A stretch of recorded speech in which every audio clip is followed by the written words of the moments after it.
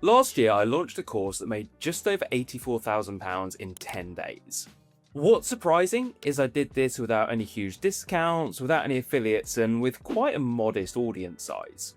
In fact, that launch broke a lot of what you consider conventional marketing rules. The thing that made it work, though, was the idea behind the offer itself, and that's what I want to take you through in this video. I guess I better start with what the course actually was. So if you've seen my stuff over the last year, you'll know that I made a bit of a switch from copywriting into what I called action-based psychology, or ABP. The idea behind ABP is pretty simple. It takes a lot of the work of behavioral science and applies it to direct response copy. So we're still talking about emails, landing pages, Facebook ads, even social media posts. But rather than just being all about the individual words, it's much more about the ideas behind them. And the whole thing with this was I'd kind of seen the way the tide was turning. So we can talk about AI and its effect on copywriting till the cows come home. But the one thing I think we can all agree on is that AI has been an industry disruptor. We could argue that potentially now, what with the deluge of AI slop, with companies realizing that actually AI copy isn't really all that cracked up to be, that there's an opportunity for copywriters there. But when I put the course out there a little under a year ago, it was definitely more in the copywriters were more afraid of AI and its effects than they are now. And this all started a couple of years before this. So I remember back in the day when AI tools first came in that were generating copy. And I think the first main one was called Jasper or Jarvis, or then it was Jarvis, then Jasper, whatever way around it was. And it wasn't as advanced and sophisticated as things like Claude and ChatGPT are now, but it was kind of starting to make a bit of headway. And I remember seeing this and thinking, okay, this is interesting. This is, in my mind, probably going to put lower level copywriters and people who wrote content, people who were bloggers, the kind of people who wrote words for money, but their words didn't directly make a lot of money, if that made sense. Clients hired them because they couldn't be bothered to write rather than seeing them as a revenue generator. My thinking was that's going to disrupt a lot of people's incomes, a lot of people's livelihoods. It could even start coming for the higher level copywriters. So in my mind, I needed to do something a bit different to stand out. I personally think with AI, you kind of have to pick one direction or another. You go with it, you go all in, you get onto your AI agents, your prompts, all that kind of thing. Or you don't go against it, but you certainly stick to your principles. You talk about human psychology, you talk about behaviors, you talk about that kind of thing. That was the camp that I wanted to be in. And so with my own work, with my own clients, that's what I started to do. And I'd already been into this for quite a while. I've been reading stuff by people like Rory Sutherland. I've been looking into Daniel Kahneman. There's people like Richard Shotton, who actually got one of his books there. But all these guys, I just found them interesting. I found them fascinating. It was almost like a hobby for me. And so even though I kind of saw the business element in this, part of me was like, well, I enjoy learning this stuff anyway, so why not just learn about it? But the more I got into it, the more I thought, okay, I can see how that would apply to direct response copy. And actually, a lot of copywriters have always relied on things like hard-hitting hooks or loads and loads of curiosity. It's clickbaiting and there's not really any payoff. Or they rely on manipulating people and making the reader feel bad. I'd never really bought into that, but full disclosure, I had kind of written copy like that in the past, and I just didn't really like it. So more and more I was thinking, well, why do people actually buy? What are the reasons that we make the purchasing decisions we do? You know, why have I got a Fender bass there? Why did I choose that? Yeah, why do I, what else we got? Why do I sign up for ultra running races? What's that about? Is it because I love running for like 2 or 3 days at a time? Not really. It's painful, it's horrendous, but what's the reason I choose to do that? Why have I got a non-brand Amazon water bottle when loads of people like to have a Yeti one? It's a status symbol. There's all this weird stuff that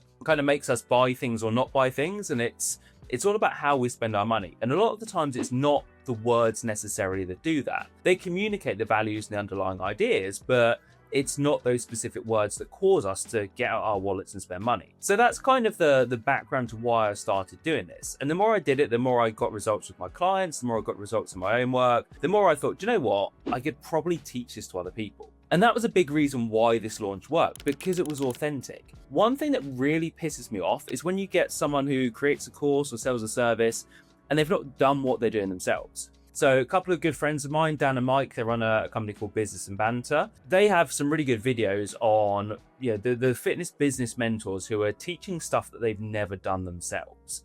And it was either Dan or Mike the other day put out a video talking about how so many fitness business mentors now are saying, oh, build a business based on AI. And it's like, but you built your business 6 or 7 years ago before AI was even a thing. It existed in movies and in labs and in tech companies, but it didn't exist in the fitness industry. Why are you now teaching clients to do it? And I'm on exactly the same page as that. I think you have to have done something and done it well to be able to teach it. So I did all that for myself and then thought, okay, now it's time to bring it to other people. That aside, one thing I would say is you don't have to be a world-leading expert in this. And this is somewhere where people often get a bit stuck. There's a really good analogy I like that comes from the film Catch Me If You Can. If you've not seen it, it's about a true story of a con man called Frank Abagnale. In the film, he's played by Leonardo DiCaprio. And you'll have to forgive me, I can't remember the plot line exactly. But basically, throughout his con man career, Frank has lots of different roles. So he masquerades as a pilot, I think he's a doctor, and he lectures at a university, among other things. And when the feds finally caught up with him, they said, how on earth are you doing this? Particularly in the case of lecturing, you've never done the course you're lecturing in. You're actually dumber than the students. How are you managing to do this? And Frank said, well, all I'm doing is I'm reading one chapter ahead of them. I'm one chapter ahead of where they are, and I'm just teaching it back to them. And that's a position you can take with your offers as well. So one of my longtime mentors, great friend of mine, John Straight, he talks about two positions. You've got the research position and you've got the expert position. The expert position is when you take something you've done and you've really nailed and you teach it to other people. The research position is when you take someone on a journey with you and you're very honest with him. You say to them, look, I've not cracked this yet. I've not mastered it, but I'm learning the stuff so you don't have to. So in ABP, I could have released that 1.5 years before, but the position would be more have to have been like, I'm reading, and these aren't all the exact books, but I'm reading, this book and this book and this book, and I'm taking all these courses so you don't have to. I'm saving you time, I'm saving you money. I'm not an expert in it, but yeah, you'll get access to my research. So there are two ways of doing this. With ABP, I chose the expert position. I'm just saying this to show you that you don't have to necessarily be an expert as long as you're honest about your research position. The other thing that really made ABP work was that it wasn't what anyone else was doing. And I don't say that to be grandiose or to be like, oh, look at me, I'm such a trendsetter, but it's genuinely true. No one else was out there combining behavioral psychology and direct response copy. That's probably oversimplifying it a bit in terms of what the course is, and I'll go a bit deeper into the offer in a second. But you had people who were doing things like still selling traditional copywriting training. So it was templates, it was video lessons, it was all this kind of stuff. Nothing wrong with that, but they're all selling the same kind of thing. Then you had people who were selling behavioral psychology. So you had people like the Cialdini Institute. Clearly, Cialdini is incredibly smart. His courses are very well worth it, but you had things like that. You had like 42 courses were selling behavioral psychology courses. You had, I can't remember the name off the top of my head. There's a few others as well, like Behavioral Insights Institute, something like that. Harvard have got a course on behavioral psychology. So you had all that kind of thing. And then you had the AI side of stuff, the people just spinning out templates, prompts, agents, that kind of thing. ABP kind of sits in the middle of those three. No one else is combining those three concepts that I know of. And that's a big thing, right? You don't want something that's so unique and so different that your audience is like, what the heck is this? I don't understand it. But if you can get that blend of a few different bits that other people are doing and combine it so that you have something genuinely different, that's the way to stand out. When you're just marketing the same like 12-week program, the same, I'd say, year-long mentorship course, the same 297 course, the same $1,000 templates, whatever you're selling, you're competing on a level of deliverables. And when you do that, people start to shop around on price. Whereas when you've got something that's genuinely different, that's when people can't really compare it to stuff. So I put out ABP and the first launch was like $997 for the course. And then we had an elite version that was $4,995. Because it was different, people didn't really have a frame of reference to that. Like $997 sounds quite expensive for a course nowadays where information is so abundant, but it wasn't really framed as a course. Or if it was framed as a course that was made up of all these different elements. And so that's why it felt different to people, and that's why it got a high buy it. Now, the other big thing that really made this work was the idea itself. And I alluded to the fact we're going to cover this because I think that it is big. Now, since that first launch, I've definitely refined this idea more, but the whole premise, as simply as I can put it, is to get paid for your ideas. So most copywriters, most consultants are either paid for their time. If you're a consultant, you're paid by the hour, by the day rate, maybe by the week, but you're still paid for your time. And most copywriters are paid by deliverables. So they're paid for sales pages, emails, launch sequences, ad copy, whatever it is. You might be on retainer, but you're still judged based on your deliverables. And more with AI, both of those things are kind of a problem, because prospects and clients look at AI and go, well, AI can do that cheaper and faster. Why are we paying for emails? Obviously, guys like us, guys who know the industry, understand that what we do is far superior to AI. But at the moment, and certainly at the time of releasing ABP, it was the case that the market wasn't really seeing that. And so my thinking was, well, actually, it's the ideas that AI can't replicate. AI is a logic model, so it can only operate on what's already out there. Humans operate on an emotional model. There's that famous Rory Sutherland quote where he says the human mind runs on logic about as much as a horse runs on petrol, right? It doesn't happen. We're not logical creatures. We're not logical beings. So my thinking was, well, get paid for your ideas. That's a very simple premise. It's very different and people can get on board with that. It's not like earn 6 figures a year through copy. It's not, here's how a VSL can make you 100 grand a month, that kind of thing. It's very much an interesting idea and concept that's different from the rest of the marketplace. All of that, again, ties back into being different. A full disclosure on the idea, though, I probably didn't lean into it hard enough, because actually, whilst we had great success rates, and we'll probably get a screenshot somewhere in the video, with the screenshot, by the way, I think it comes up at like 77 grand if you do the maths. We actually had a few people pay through other sites, like wasn't through Stripe, so there's about like another 7 grand that came in, just in case you're thinking, hold on, the video says one thing and the screenshot says another, but there you go. All that aside, I actually had some people after the launch reach out to me and said, I was really interested, but I didn't fully understand it. What am I actually getting paid for? And that made me look and go, yeah, I probably could have been clearer about that.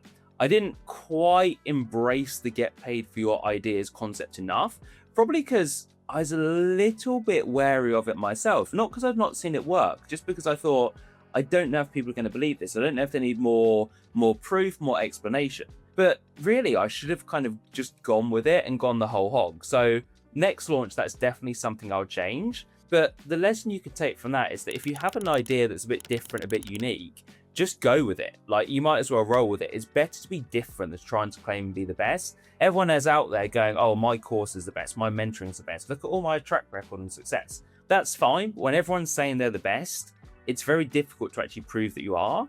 Whereas proving you're different, that's really easy. You just tell people you're different, they generally believe it. Now, there's 2 more things that I did that I think really made the difference here and why the launch was so successful. Number 1 is that pretty much all of the sales material was long form. The webinar / masterclass / workshop / training, whatever you want to call it, that was the main driver of sales. That was, I think, 98 minutes long. And I deliberately made it that long. The reason for that is because the course itself has a lot of content.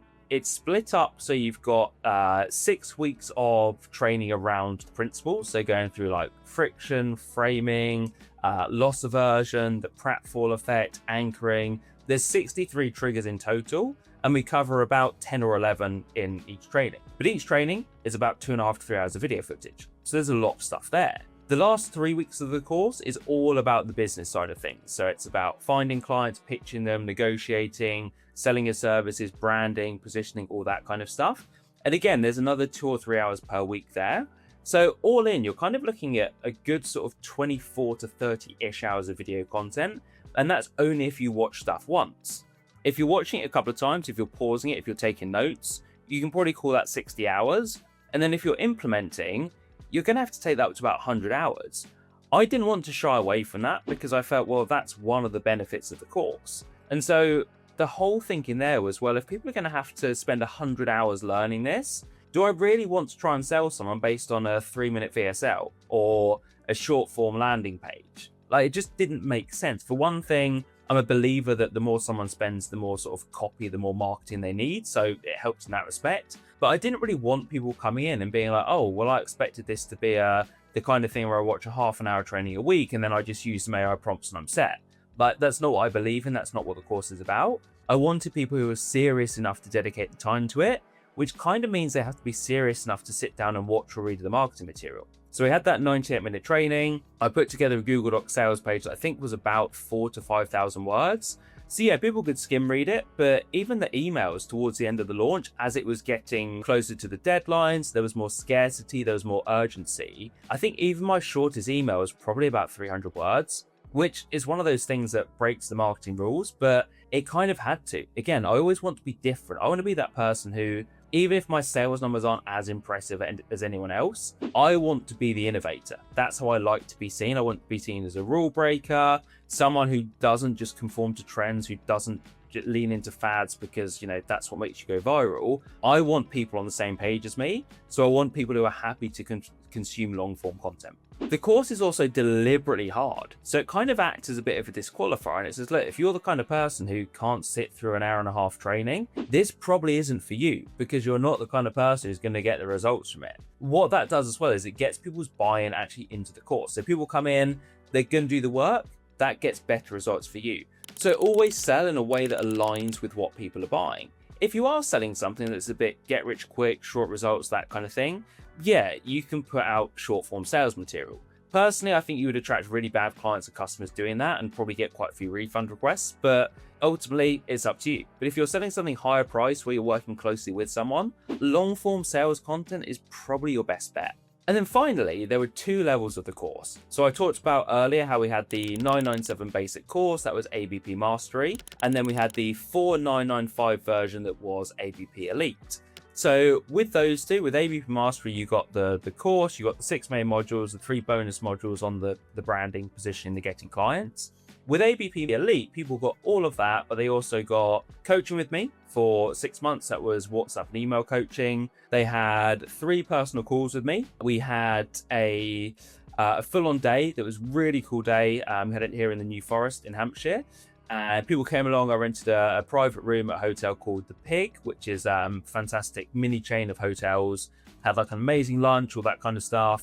And then we went along to Limewood Hotel, just down the road from there, where we had a spa evening. We had a few of us at a workout, and then we got dinner in the it's not quite a Michelin star restaurant. I think it's Michelin recommended restaurant, but really nice dinners. People came for the whole day. We had Richard Shotton, who actually I showed you one of his books earlier. He came along, did the whole afternoon with us, and people also got all their branding done. And they got, there's one more thing as well. Oh, a consultant on their first 2 clients for them. So there was a lot of value in that package, right? We had 5, maybe 6 people sign up for that version. I think it was 6. But having that option there, it did a couple of things. So firstly, it gives people the option to kind of take the more bespoke approach. There will be people in your audience, and it's normally around about 10% of people.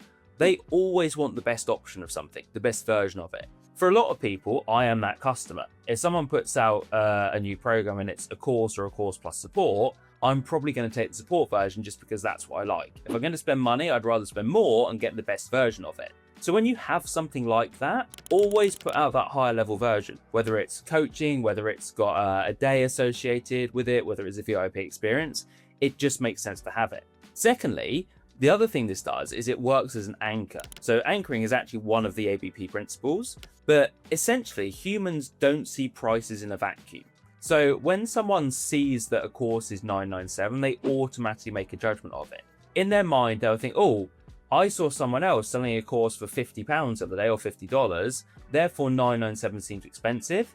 Therefore, even if this is good, I'm probably not going to buy it. So what you need to do is you need to engineer their perception of the price. A very easy way you can do that is to put something more expensive there. The classic example I use for this is there's an electronics company called Williams-Sonoma. They came out with a bread maker, and you have to forgive me, I can't remember what year it was, but their bread maker was, I don't know, I'm going to make up prices here, but their bread maker was like $400 when it came out. And it was a time when making bread wasn't as like trendy as it is now. And essentially the market saw that and went, that's a lot of money, we're not going to buy it. And their sales were terrible for it. So then what they did was they bought out an even more expensive bread maker. Say it was like $600. All of a sudden, sales of the $400 bread maker shot up because people were going, oh, so you can pay $600 for a bread maker, therefore $400 seems cheap. So it's the same thing with an offer, right? If you haven't got a super expensive version of it, you should probably make one because it just makes sense. It makes your regular price thing seem even more valuable. Obviously, you want to make your high-end option packed with even more useful stuff for people, but even if you don't sell a single version or a single copy of that, it's going to make more people buy that moderate price version. This goes for any offer, any industry, I don't care what you're doing. Even if you already have a high-priced offer, say you've got, I don't know, a year's worth of mentoring at 5 grand, have a think, what else could I put on top of that? Could I do a year at 25 grand that includes 2 in-person days? Chances are you're going to get someone sign up for that. Even if you don't, people will see you've got 25 grand offer and think, well, actually the 5 grand one sounds like a bargain. So anything you do, have 2, possibly even 3 levels in there, and you will sell more of the lower price ones. So that in effect is what I did to sell about 85 grand's worth of course in about 10 days. With anything like this, I don't want to sugarcoat the process. There were sales that probably slipped through the net. There were definitely things I could have done better. And I don't want to position this as like passive income, because honestly, putting the course together was a lot of work.